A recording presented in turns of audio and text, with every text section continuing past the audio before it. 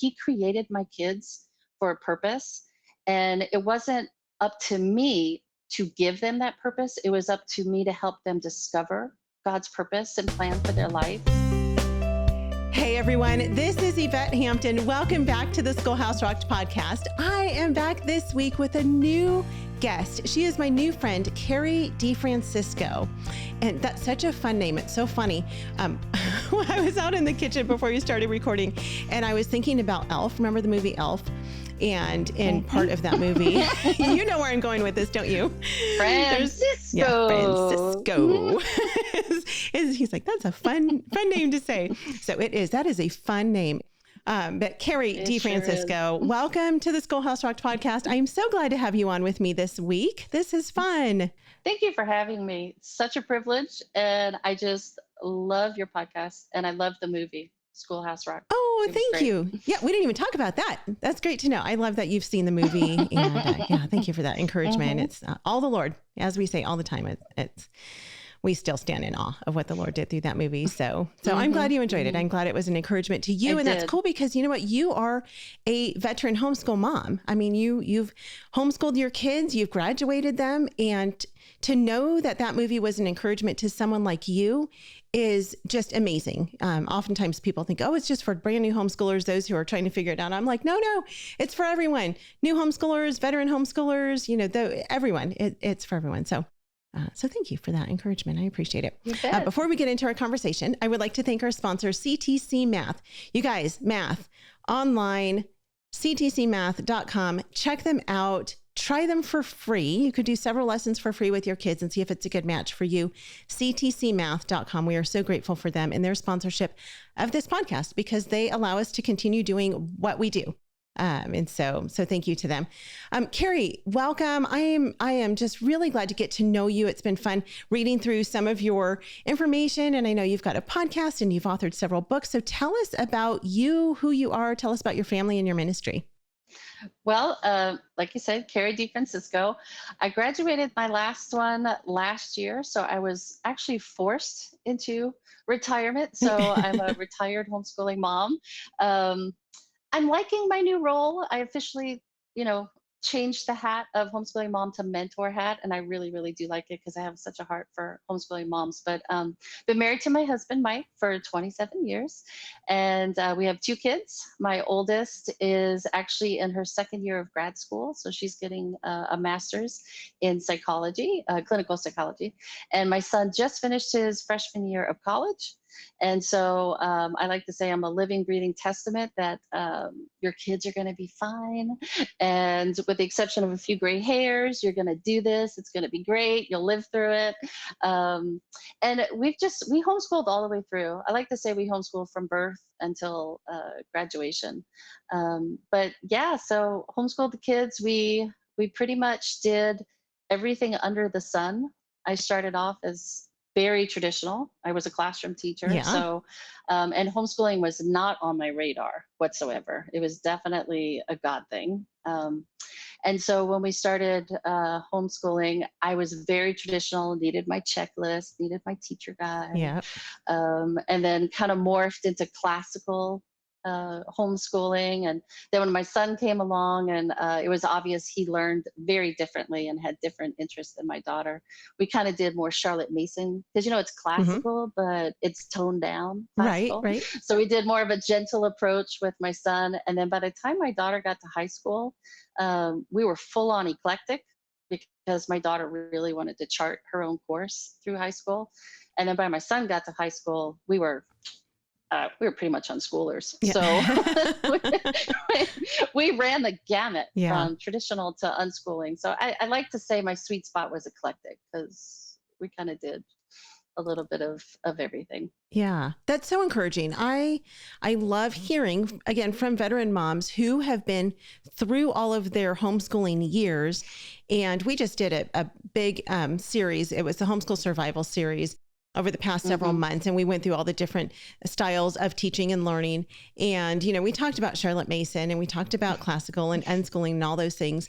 And, my biggest concern in doing that was that I don't want our listeners to feel like you have to choose one and stick with it forever. And once you sign on that dotted line, you are committed to that. No, you do what's best for your family. And you are a living testament to the fact that you do what works best, not just for your family, but year by year, because it changes as your kids grow, as they change, as their needs change, as their, personalities are developing, and as your teaching style is developing. Everything changes throughout the years. And so it's so good to be flexible and hold loosely our plans of what it is we think our homeschooling is supposed to look like. And so that's great. You've also authored a few books as well. And you have a podcast. So tell us really quickly about your podcast that you have. My podcast is called Coffee with Carrie, Homeschool Help. And so basically every Thursday I drop an episode. It's homeschooling encouragement. Sometimes it's tips on ways to simplify your homeschooling, or it's actually like how to teach history or how to teach creative writing. So it's basically tips, but because Coffee with Carrie started with me actually sitting at coffee shops, talking with my friends and trying to help them stay off the ledge, right? Yeah. And to encourage them to keep on keeping on. That's where Coffee with Carrie came from. So I try to make the podcast, make it feel like I'm actually sitting with you at a coffee shop, and we're just having a conversation about homeschooling. And like every 7th or 8th week, I'll even drop one that's a Bible study. Nice. So it's very eclectic. Like me, but it's all homeschooling based. Yeah, that is awesome. And we'll put links to that in the show notes, of course. So you mentioned simple homeschooling and just simplifying our homeschool. And so we're going to talk about that this week. But before we dive into that, we're going to take a break. And when we come back, I want to talk about perspective, because I just recorded a podcast with Rachel Carmen that aired a few weeks ago. And we talked about perspective. And so I love talking with veteran homeschool moms because I want to talk about your perspective and how that changed a little bit. But first, we're going to break. We'll be right back. What we do at IEW is break through the noise of the grammar and the writing prompts. And we say, this is what you do, step by step. And I've witnessed it over and over again, both watching Andrew teach and hearing from parents, this is the best writing program. We've made it so easy and made it really affordable. So any mom can teach writing to their children using our course, and we guarantee it. To try 3 weeks of free lessons, visit IEW.com. We are back with Carrie. Like I said, I talked with Rachel Carmen a few weeks ago, and so we were talking about how she had a certain perspective when she first started homeschooling 20 something years ago, and she just graduated her baby, which was number 7, and how her perspective changed throughout the years.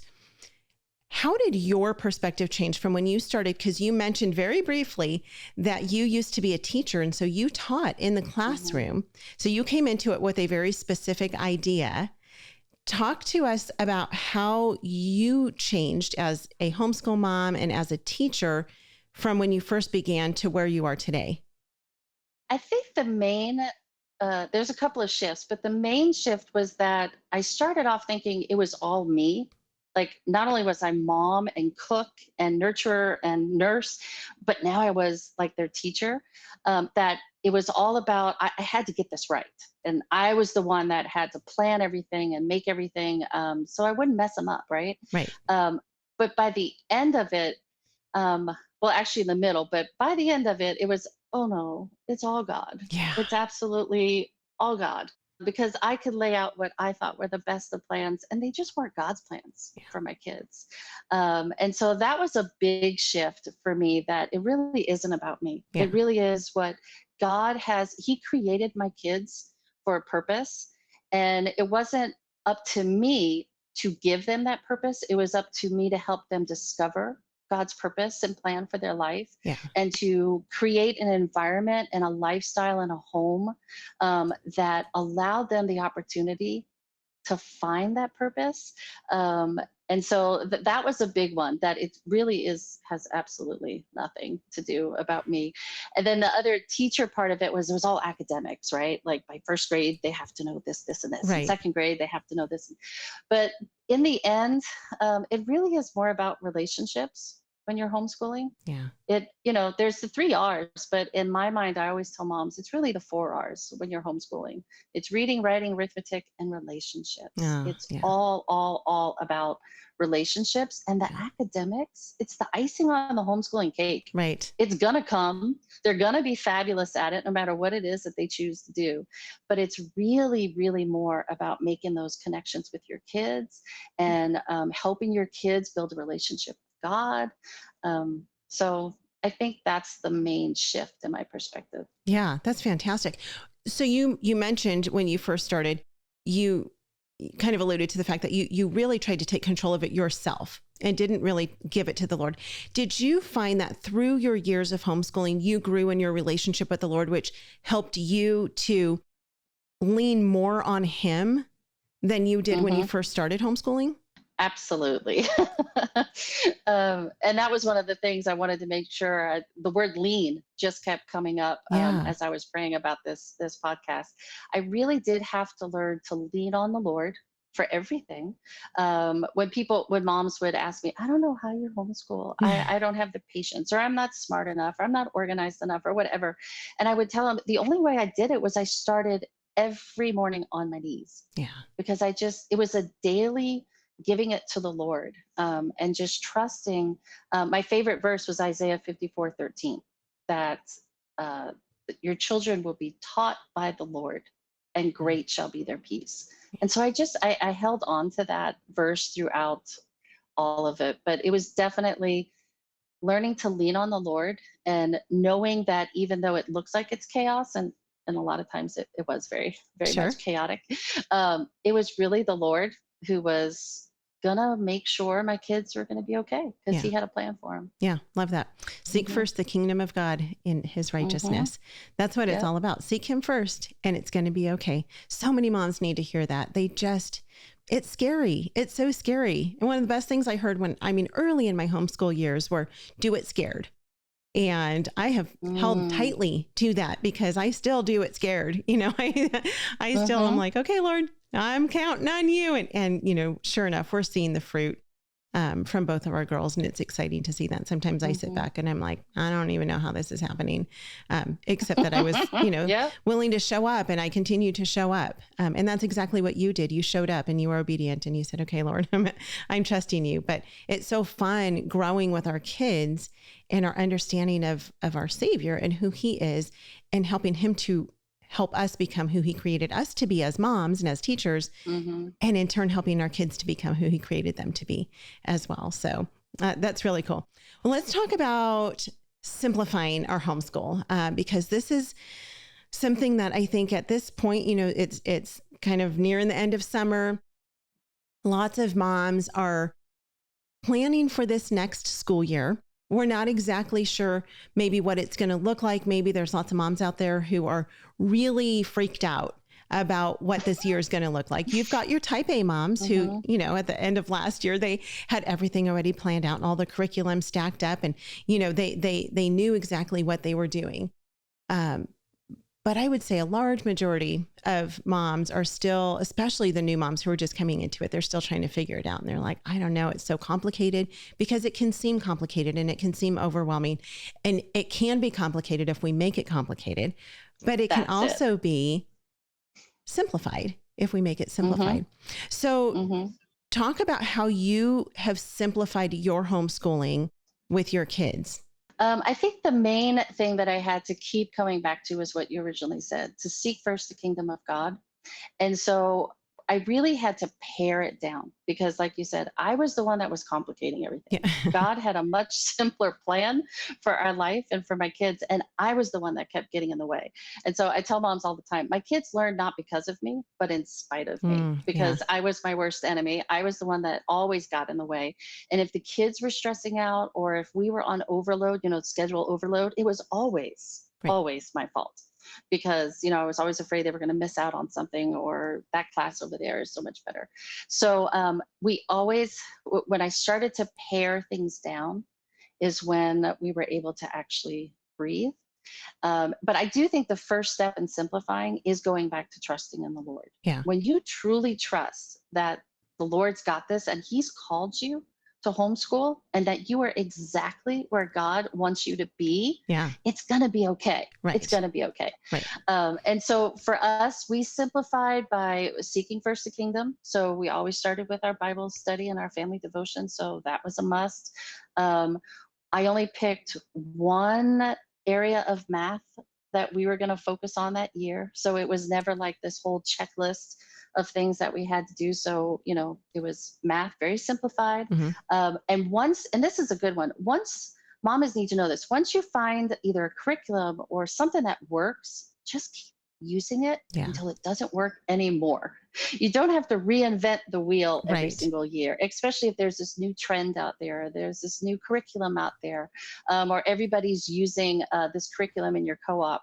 If what you're using is already working for math, just keep using it until it doesn't work anymore. Right. And then read aloud was always our big thing. So I pretty much read aloud chapter books just for fun. We read our way through history.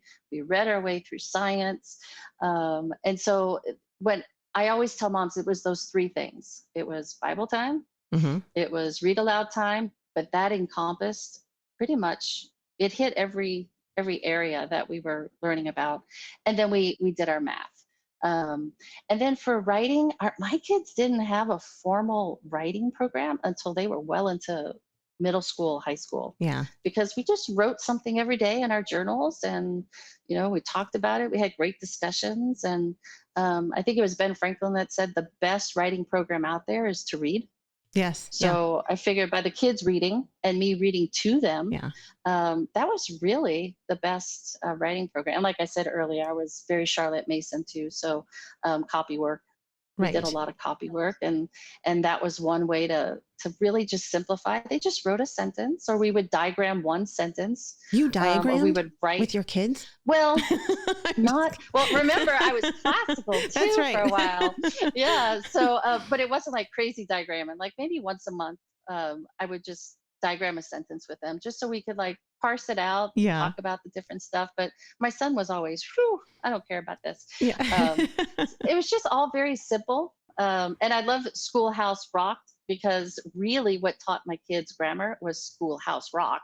Yeah. So we watched a lot of those videos and that's how they learn about their nouns and pronouns and stuff like that. But the more you feel like you have to do, the more complicated your homeschooling is going to be. Yes. And I can almost guarantee by the time you get to November, you're going to keep adding stuff to your homeschooling. And then it's just going to get more and more complicated. And then come February, you're going to hit that wall and you're going to think something's wrong. And then you just start ditching everything. And so you might as well just keep it simple. Yeah. Because then you're overwhelmed and the kids are overwhelmed and everybody's stressed out and it's no fun for anyone. And so, keeping it simple is so important. Okay, we're going to continue talking about this, but we are out of time for today. We'll be back on Wednesday. We're going to continue talking about simplifying your homeschool and a few other things as well. Carrie has lots and lots of encouragement for us. And I am just so grateful for your wisdom and your experience that you have, and you mamas who've gone before me and so many others. And you've done a lot of the hard work. And you come back and tell us, okay, here's what to do, here's what not to do. And if we're wise, we will listen and heed your advice. So that's why you're here. Thank you for being with me. Carrie, what is your website? Where can people find out more about you, your podcast, your books? My website is coffeewithcarrie.org. My podcast is Coffee with Carrie Homeschool. And my book is Just Breathe and Take a Sip of Coffee. Okay. Sounds great. All those links will be in the show notes. Thank you guys so much for listening. If you've not seen the movie like Carrie has, go to our website, schoolhouserocked.com. Check out the movie, Schoolhouse Rocked, the Homeschool Revolution. You can stream it. You can purchase it on DVD. Lots of people still are doing showings at their church, in their communities, with their co-ops, just in their own homes with their friends. Gather your friends together and watch this movie. It really will impact you. It will encourage you. It will encourage those who watch it. We've not heard, it's the most bizarre thing. We haven't had a single person come back to us and say, that was a horrible movie. It was a waste of my time. Now, maybe people have felt that way, but they haven't told us if they have. So by God's grace, it has been such an incredible encouragement to the people who have seen it. So thank you so much, Carrie. We'll be back with you guys on Wednesday. See you then. Bye.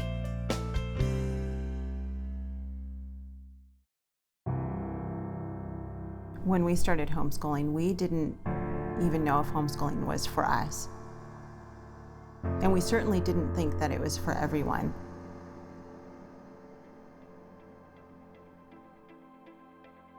Well, we started out with this we'll take it a year at a time approach because we didn't understand the power of education.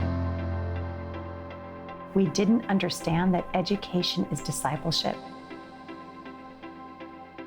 Now, as I talk to parents, my strong encouragement, my admonition, my heartfelt plea is take your children back.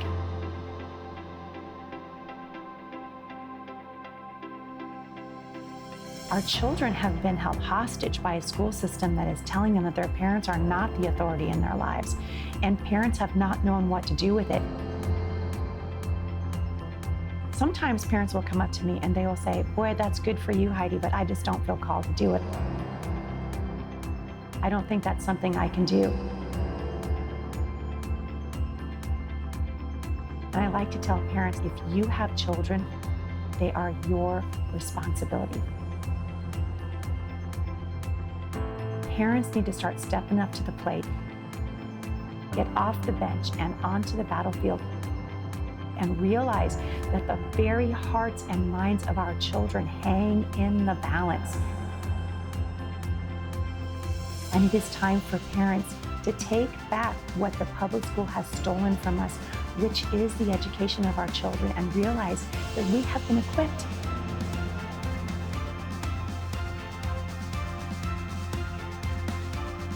We've already been equipped, and we can do it.